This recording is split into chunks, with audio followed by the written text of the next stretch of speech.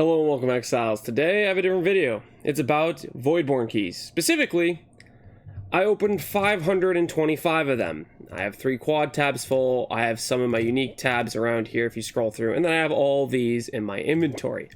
Now, why did I gamble and why did I grind out 525 Voidborn keys? Well, it started out with a pretty simple context is Voidborn keys were released. I had a little bit of money. I said, you know, I'll buy a few keys. I'll see what happens. I did like 7 or 8 keys. I got a ball of faith. I thought that was pretty cool, but most everything else was like worthless. I was thinking, you know what? I'm going to do the rest of the stream and then I'll do like 10 more. Now, partway into the character I was leveling or whatever I was working on, somebody messaged me and they said, hey, can you open my Voidborn keys? And this is what happened next. The context is Not a mage blood. right here. There's no way it's a mage blood, right? There's no way it's a mage blood. Alright, prediction's over. It is a mage! What? Oh! Now, if you listen closely, this isn't necessarily the excitement of congratulations, viewer, you got a mage blood. This is me dying on the inside. If I just gambled 7 more keys!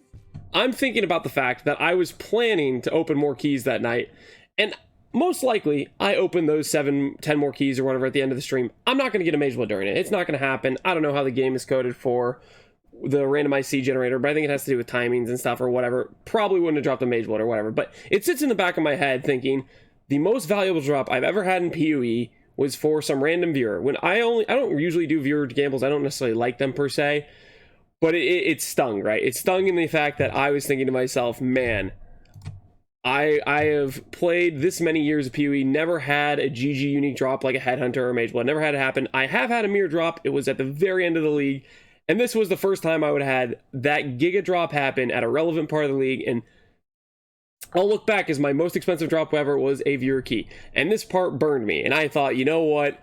I don't want to end the league with that thought in mind. So what I did is I took all the currency I'd made the entire league, which was about 2 mirrors total worth of assets and stuff I liquidated, and I bought keys. That roughly got me to about 150 keys, 160 keys, because when I did this, the keys were going for about 3 to 3.5 divines. Average, I think, around 3.2 is what I usually paid for most of my keys. And as you can see, I did a lot more than 150, because what I ended up doing is I sold my soul a little bit and I started doing original sin carries. Good news is I helped some people get some original sins. That helped them out. That was fun. Bad news is I was in Voidborn prison. I was mentally stuck with the fact I wanted to grind keys, and I did that. And up until about yesterday morning, I was locked in mentally. I didn't feel like I could do anything else but grind these keys out. Yesterday I came to the, basically, I don't know what you call it, an epiphany. I will always have the ability to drop a mage blood in the future, and when I do, it will be special and it will be cool. It's okay. I can let it go. I'd rather play PoE and enjoy the game I love and making characters, so that's what I'm going to do. So at the end of the day, I did a total of 525 keys, and here's how it breaks down in terms of drops. I have basically the best drops I got in my inventory. So far, 525 keys, rough cost 680 divines. A lot of that came from just doing original sin carries for people, and a lot of my own money initially.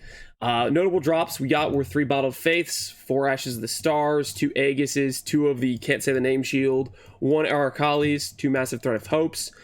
Moral story is we got some cool drops, but you look at the cost, it's not close, and it gets worse.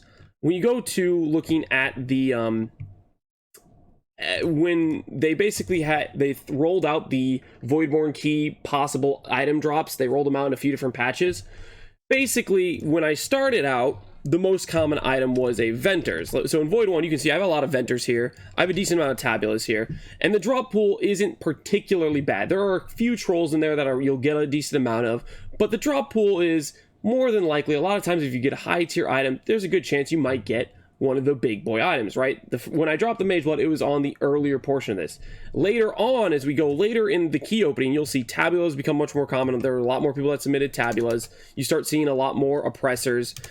Gold Rim, for example, very common item, wasn't even in the pool, and now there's multiple different versions of it. Whereas, for example, when I was first opening the keys, Gold Rim wasn't in the pool. It wasn't there. Otherwise, it doesn't make... I mean, maybe it was there, but I got like crazy unlucky to go through like 200 keys and not get a gold rim. kind of doesn't make sense to me. I'm pretty sure that gold rim was added later in the pool, stuff like that.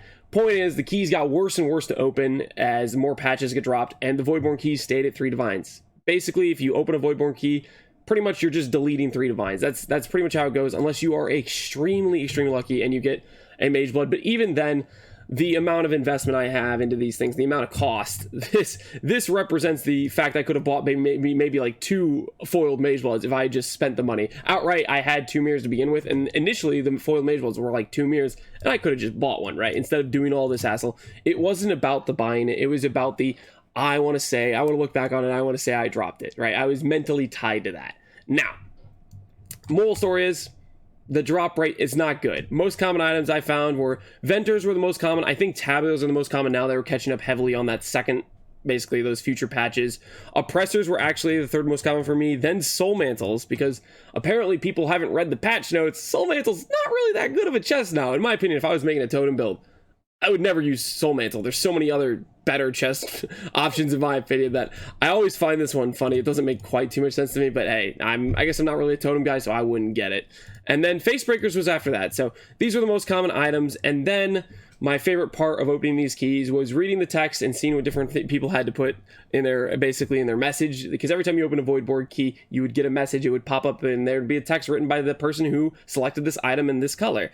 And I have a little bit of a tier list of what I read in terms of messages by people and what I thought was good or interesting for the person opening the key versus what the people wrote. So to begin with, if I was going to rate S tier, I would put it at the effective troll on expectation.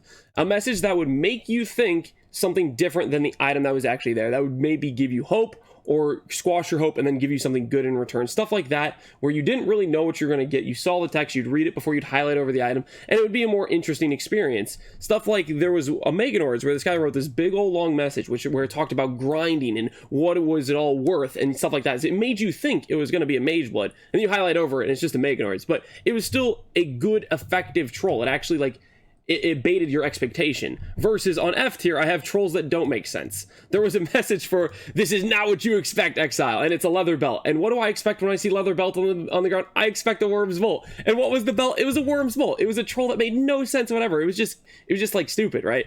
So if I was going to rank these, I'd rate the effective troll as a good one. After that, I'd have A tier, wholesome. This is my favorite item. I hope you like it too. It's been a great item for me. Messages like this where a person's just sharing, hey, this is one of my favorite items in the game. I've made a lot of fun builds with it. I hope you like it too. It might not always be the best item or the most exciting item or the most valuable item, and a lot of times it wasn't, but it still was, it was a fun message to read, and it made me happy, put a smile on my face. I saw somebody else had fun using this item, and you know, it was just a sharing experience sort of thing. I was down for that. Funny messages like people try to reach our car's extended warranty, a message about Oriental Cat, obviously a joke referencing Rue. I voted with my wallet, literally. There were some funny messages in there. Those were just a good time. Even though we were losing money opening that item and it wasn't necessarily a good item, it still it had some value in that it was interesting or funny. And then you got the mid-tier troll. I'd rank this at B. This is like the you got gnomed. There are messages that are middle of funny / troll. They're a troll, they know what they're trolling for, but it actually has some level of humor to it. That's where I'd put at B tier. After that, the C tier, you have the person that tributes for their loved one. They say, hey, this person, I love you, I miss you, whatever it is. This is a little bit touchy-feely, a little bit like, okay, I'm playing a game, I'm not sure I want to read about your dead pet or yada yada yada, but I'd put it C tier. It's definitely better than a lot of these other ones in D tier. A D tier is uninspired, uninteresting troll. These are the people that put it oppressors. Like, oppressor's not a good thing to troll with. Like, oppressor is never going to drop as a swing. It doesn't drop with white sockets. You're never going to think, oh, that thing on the ground is a squire, because it's not. So I just think it's like, if you're going to troll something, at least troll something that could be the drop that you don't know until you highlight over. At least there is some level of hope that you can effectively pull on, right? This is just like, this is kind of lame. The other D tiers I have are bad poetry. There's a lot of people that think they're poets, but they aren't poets. And that goes the same with fan fiction. The people that tried really hard to write something, but they're not necessarily writers. I mean, kudos for trying, but ultimately there's a reason a lot of us aren't writers. There's a reason I'm not a writer, because I can't write, you know, stuff like that. And then the F tier, the trolls that don't make sense, and then the last but final, probably in my opinion the worst of these items, were the people that just were trolling because they were bitter or something. There was a message that was like, I dropped a mirror in a void league, I'm mad, so therefore now I'm giving you Veil of the Night, an absolutely utterly worthless item, right? So there were messages like that where it's just like, okay, really? I don't know. Why'd you pay $480 to GGG if you're just mad to just submit a troll item to make other people mad? I don't know. And then there's the other messages that are basically just like L for you for picking up a bad item, I guess. They're not interesting. They're not funny. There's no like fun experience there. It's just a person being mad and trying to make you mad too or whatever because they're giving you a bad item. I don't know. That's how I would effectively rate the tiers of different messages I got. There are some that wouldn't necessarily fit in these categories, but these are the most common messages I got while opening these items. So my count was 525 keys of my own, a lot of stuff that's never going to be worth anywhere close to the price, and then I opened 7 viewer keys and I got a mage blood for a viewer. So that was what set me on the journey. I've since given up that dream of dropping the mage blood in this league. I've decided, you know what, it's okay, I don't need to drop a mage blood. There will be a future league down the line where I'll probably drop a mage blood, and that'll be an exciting time for me. It'll be my first mage blood, and that will be that. I'm excited to go back to actually making builds and playing the real game. And all in all, these are the drops I got. I'll highlight over them. These are the better drops in my inventory: the Bottle Faiths, the Ashes of the Stars, the Aegises, the Mahuaddles, the Brass Dome, Cosprey, stuff like that. These are the supreme drops I got, but they're never going to make up for the cost of what I spent buying these keys. And then, of course, we have the stuff that's in our tabs. I'll go over the tabs real quick just so you can see the stuff I have in here. I can't promise I counted everything correctly. I tried to, but there's a good chance I could have miscounted. For all I know, I could have lost count somewhere. It might be a little bit over 525 or a little bit under if I miscounted some stuff. But that is my experience with the Voidborn Reliquary Key. I had a decent amount of fun grinding it out a bit, but it was also, at the end of the day, it was a grind, and that's not really what I love in PoE. I like making new builds, and I'm going to get back to making builds. That's why it's been a while for me to make any YouTube content for guides or anything, because I've been so busy just doing this one thing. Hopefully you guys enjoyed this video for Voidborn keys and my review of them, and it gives you an idea of what you can expect if you start opening Voidborn keys yourself. As always, thanks for watching. Take care, Exiles. Peace out.